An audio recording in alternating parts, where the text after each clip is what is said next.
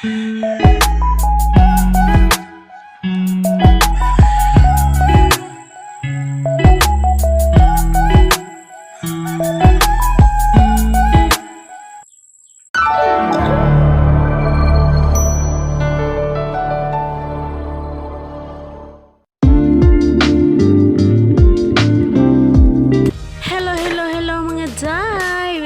back to my YouTube channel. Ako na po ni si Madeline Artiaga, ang inyong higala. So ayan guys, for today's video ay meron po tayong update time, charing update.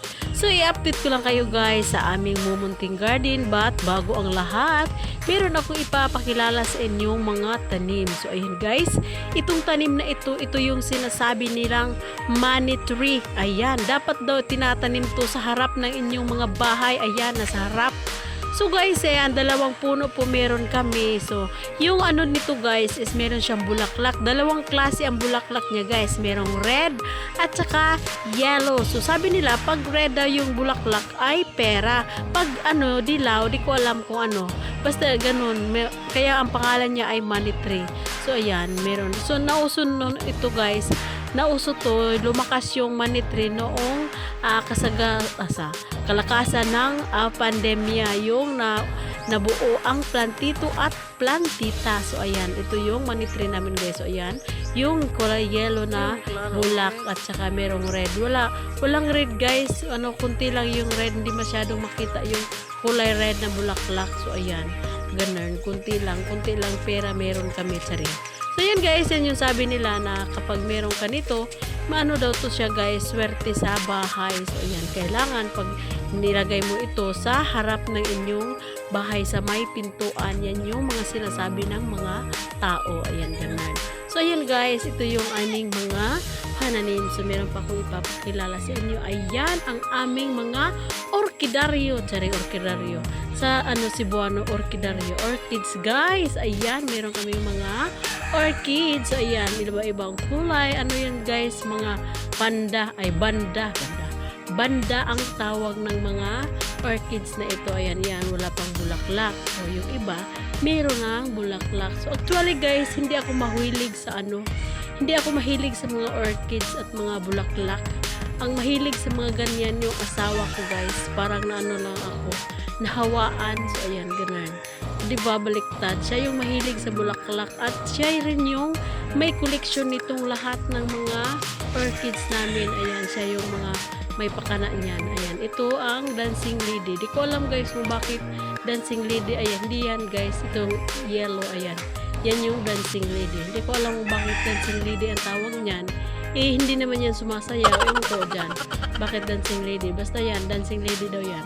So ayan guys, ang aming mga orchids. Ayan, namumulaklak na yung isang banda. Ayan, sobrang taas niya. Nasa taas yung bulaklak niya guys. So ayan, yan po ang aming mga bulaklakin. Hindi lang meron kami mga gulay. Ako guys, ang mahilig ko itanim ay mga gulay. Yung asawa ko naman mahilig sa orchids. Ayan, mga bulaklak. Ayan guys, mga collection niyang mga bulaklak.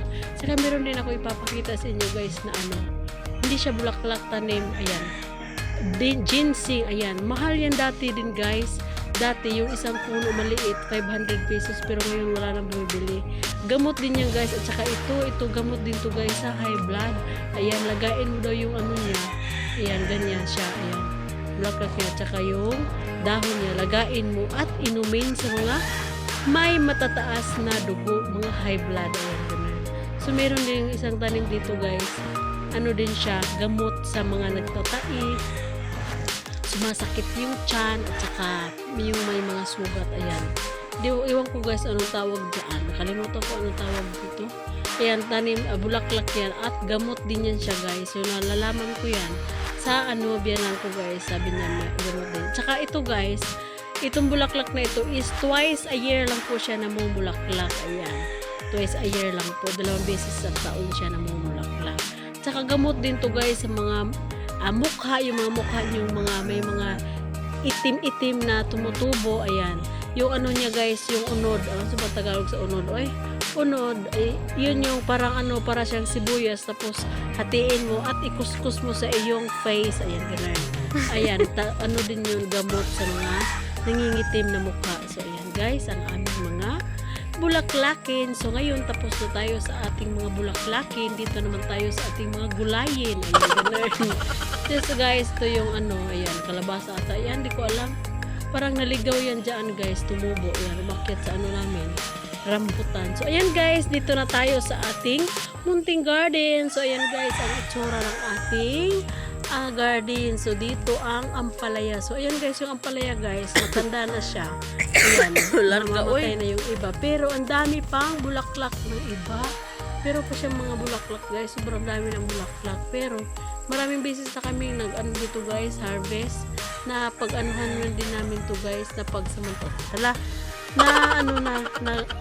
Napakinabangan din namin siya guys. So ayan, maraming beses na kami nanguha at kinain, yung iba bininta. So ayan, meron siya guys, meron pa siyang mga maliliit na tumubo na bunga. Ayan guys, tingnan nyo ha, parang mamamatay na siya pero merong maraming bunga maliliit. So ayan, diba, ayan, meron pa talaga siya guys, na pa siya, namumunga pa siya kahit sobrang tanda. Matanda na yan guys, malugnas na yan. Ewan ko ang Tagalog sa malugnas, kung yung bahala doon, doon. Ayan guys, ayan, nalugnas na siya. Ayan, namatay na, nagiging brown na yung kulay niya. Pero dito guys, meron pa rin kumakapit. Ayan, may bunga pa talaga. Ayan guys, kumapit pa talaga siya guys. Ayan, meron pa siyang bunga. Ayan, ganun ang aming ampalaya. So ngayon guys, dito naman tayo sa ating okrahan. So huwag kayong magtaka guys, yung mga okra namin ay wala na pong dahon. Dati nung pinakita ko sa inyo to, is sobrang kapal po ng mga dahon. Pero ngayon, ayan na yung itsura niya guys. Wala na po siyang dahon. Pero marami pa po siyang bunga. Ayan, ganun. Marami siyang bunga guys. Namumunga pa rin siya kahit wala na siyang dahon. Pero hindi na po namin to kinuha. Ilang beses na rin kami nag-harvest guys. Tsaka napakinabangan na din ng sobra-sobra ang aming okra. Ayan. So ngayon guys, ang hinintay namin na magiging yung hinog. Yung kulay brown na siya, malaya guys.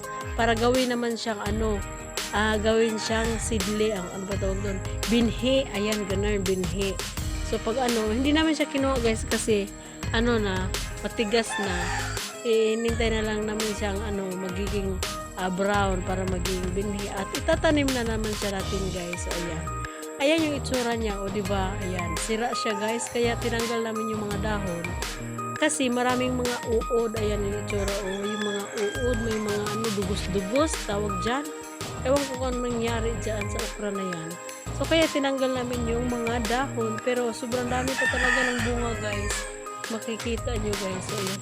So guys, pag wala na, pag nakuha na namin tong dahon, nakuha na namin tong mga bunga at magiging seedling na siya. Ay, hindi seedling, magiging binhi. So ayan, gagawin namin guys, ayan. Puputulin po yung puno guys. Hindi natin putulin ng parang hatiin lang siya. Ayan, ganyan siya kataas.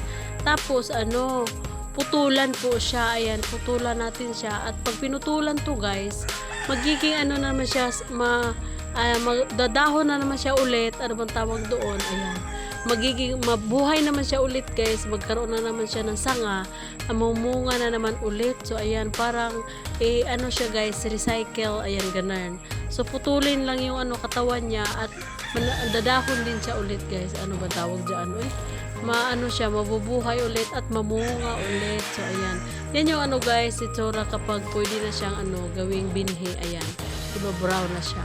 So ngayon guys, dito na naman tayo sa ating sitawan. So ang update din sa ating sitaw ay marami na din siyang bunga guys, kahit malapit na siyang mamatay. So ayan, kasi nga matanda na guys at medyo matagal-tagal na rin, 'di ba?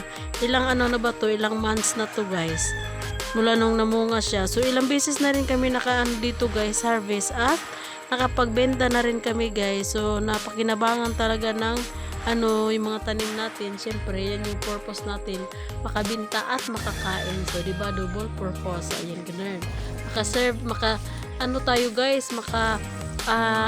makasave tayo sa ating pang-araw-araw na ulam at makapagbenta pa tayo. So ayan, kailangan tayong magtanim para merong aanihin. So ayan guys, ito yung sitawan natin na matanda na din siya guys, at saka very thankful kasi marami pa din siyang bunga. Ayan, tingnan nyo guys. At saka yung sitaw dito sa kabila guys, papakita ko sa inyo yung sitaw na nasira siya guys, pero wala siyang parang puro lang siya mga tangkay, wala po siyang dahon masyado, pero marami po siyang bunga. So ito yung guys, ayan, kumatay na yung patatas natin dyan sa puno ng kahoy. Napakita ko sa inyo pag namunga na yan. Sobrang tagal na munga guys, ewan ko dyan. So ayan guys, ayan kulay dilaw na yung dahon ng sitaw natin kasi malapit na din siyang mamatay sa katandaan niya.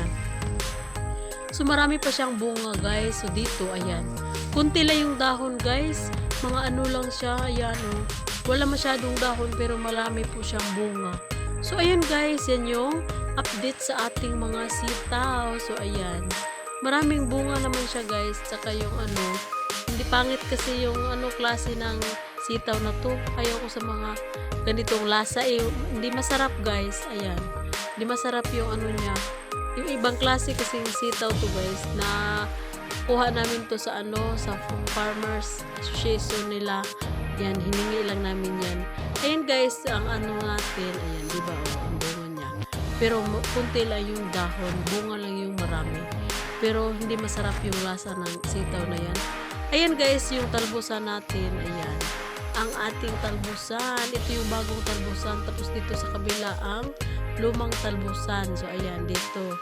Ito yung lumang garden ko guys. Nung una. Saka bago tayo gumawa ng bagong talbusan. So ayan lang guys ang update sa ating little garden. So ayan guys, ako sa inyo guys, kung gusto nyo makakain ng mga fresh na mga gulay, magtanim talaga guys. Mas masarap pag mayroon kang tanim. Pag wala kayong mga wala kayong mga space na sakto, malaking space sa inyong bahay, pwede kayong gumawa ng guys, yung sako, lagyan nyo ng lupa, tapos dun nyo itatanim, tsaka gawa kayo ng maliit na katayan, yung ganun. Yan yung ginagawa ng kapatid ko guys dun sa Cavite. Gumawa siya, tinuruan ko siya paano magtanim na kahit walang space. Ayan, ganun. So ayan, mas masarap talaga guys, at mas maganda kapag meron kang tanim sa iyong paligid, kahit lang, yung alugbati, ayan, ganun. So masarap na yun guys sa mga sabaw-sabaw. So ito yung natin guys, ayan, yung talbos. Ito yung lumang talbosan ko. Ayan, di ba? Marami. So yan guys, mas ang talbos kasi gamot din to sa mga anemic, mga kulang sa dugo. Ayan, kumain lang kayo ng talbos ng kumain, ayan, magkakadugo na kayo. So ayan guys, ito naman yung ipapakita ko naman sa inyo ang aming mumunting calamansi. So ayan guys, maliit lang siya na puno pero sobrang dami ng guys, bulaklak. At ayan marami na din siyang bunga. So ayan, markot to guys na calamansi, minarkot. So ayan, ang ganda, daming bunga. Ayan guys, yan lang yung update sa ating little garden. Ayan.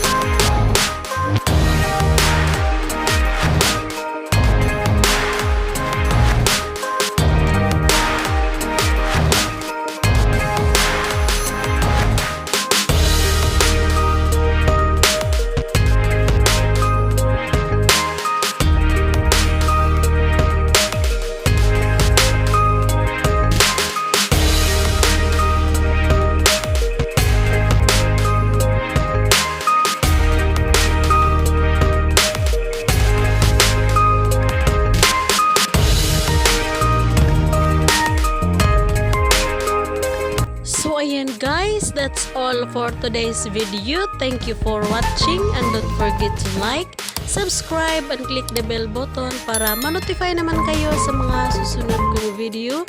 Thank you guys and God bless everyone. Ayan.